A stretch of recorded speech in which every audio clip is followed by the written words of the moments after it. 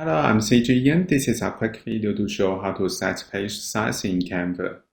I will show how to set a free size in this example. After starting Canva, we can go to here, create a design button to create a design. And then we can search A3 to search a free size. For example, we can find the A3 landscape templates in 42 times 29.7 centimeters, or we can use A3 portrait templates.